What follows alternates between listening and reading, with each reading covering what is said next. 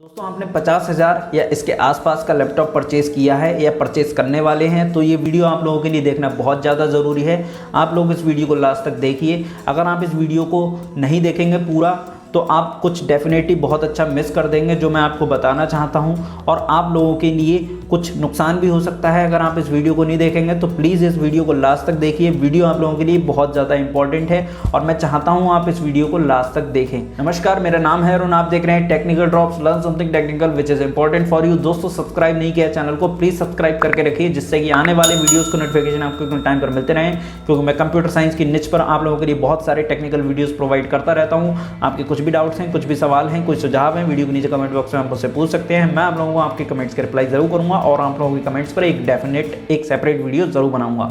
दोस्तों एक बात मैं जो आपको बताना चाहता हूं वो बात ये है कि अगर आप 50,000 या इसके आसपास का लैपटॉप परचेज कर रहे हैं तो आपके लैपटॉप में SSD का होना बहुत ज़्यादा ज़रूरी है और एक अच्छी स्पीड की SSD का होना बहुत ज़रूरी है।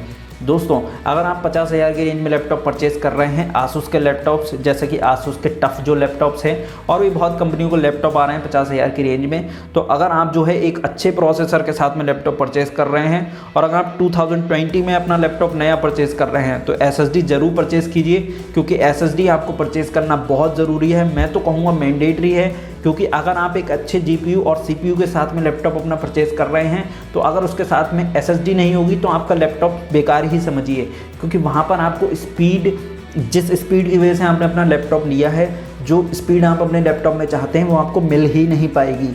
जो चीज़ें, जो काम आप करना चाहते हैं, चाहे वीडियो एडिटिंग करना है या फिर आपको किसी और ग्राफिकल डेटा को प्रोसेस करना है या फिर कोई भी ऐसा काम या फिर कोई भी ऐसा गेम आपको खेलना है जो रैपिड फास्ट स्पीड पर आपके रिसोर्सेज को एक्सेस करता है, तो वो पॉसिबल नहीं हो पाएगा बिना SSD के।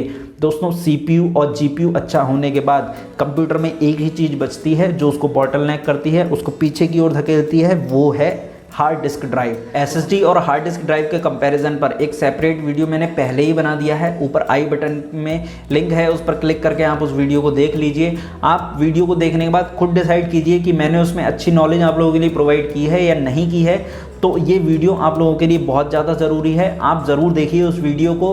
आप इस वीडियो को देखिए मत देखिए, लेकिन उस वीडियो को ज़रूर देखिए। दोस्तों आप समझ लीजिए कि यहाँ पर मैं आपको क्या बताना चाह रहा हूँ पूरी तरह से। दोस्तों अगर SSD आपके सिस्टम में नहीं होगी तो सपोज़ कीजिए आपका CPU और आपका जो GPU है, CPU डेटा ट्रांसफ़र करता है GPU को प्रोसेस करने के लिए, और GPU बैक डेटा ट्रांसफ़र करता है CPU को। जब वो प्रोसेस कर चुका होता है कुछ डेटा को, तो कुछ डेटा CPU वापस चाहता है GPU से और कुछ डेटा GPU डायरेक्टली स्क्रीन पर प्रोड्यूस करता है। तो यहाँ पर मैं आपको एक बात बताना चाहता हूँ, आपका CPU और GPU मैक्सिमम एफिशिएंसी पर तभी काम कर पाएगा जब उसे एक रैपिड स्पीड पर डेटा फैच करने के लिए एक डिवाइस मिलेगी, और वो डिवाइस है SSD। दोस्तों यहाँ पर सिस्टम में सिर्फ स्टोरेज ही आपके सिस्टम को बॉटलनेक करती है और कोई भी चीज़ आपके सिस्टम में आपके सिस्टम को इतना बॉटलनेक नहीं करती है। फिर चाहे मैं बात करूँ 20,000 के PC की, 30,000 के, 35,000 के, 40-45,000, 50,000 तक के PC की बात करूँ, वहाँ पर सिस्टम में एक ही चीज़ उसको बॉटलनेक करती है, वो है स्टोरेज डिवाइस। और अगर स्टोरेज डिवाइस यानी कि SSD आप ले लेंगे तो आपका सिस्टम बहुत ज़्यादा अच्छा हो जाएगा, बहुत बूस्ट हो जाएगा। फिर चाहे एक हल्का प्रोसेसर ही हो, वो आपको बहुत ज़्यादा अच्छी स्पीड परफॉर्मेंस प्रोवाइड करेगा। अगर आप एक SSD को कभी पास टाइम में यूज़ किया है तो आपको पता होगा कि SSD की क्या खासियत होती है, और अगर आपने SSD को यूज़ नहीं किया है तो आप किसी यार दोस्त का सिस्टम यूज़ करके देखिए, आपको पता चलेगा कि SSD के साथ में सिस्टम चलाने में कितना मज़ा आता है, कितना डिफरेंस है एक नॉर्मल सिस्टम में और एक SSD वाले सिस्टम में। तो आप मेरी बात को नज़रअंदाज मत कीजिए, आप इस बात को कायदे से समझिए, आप इस बात को फॉलो कीजिए।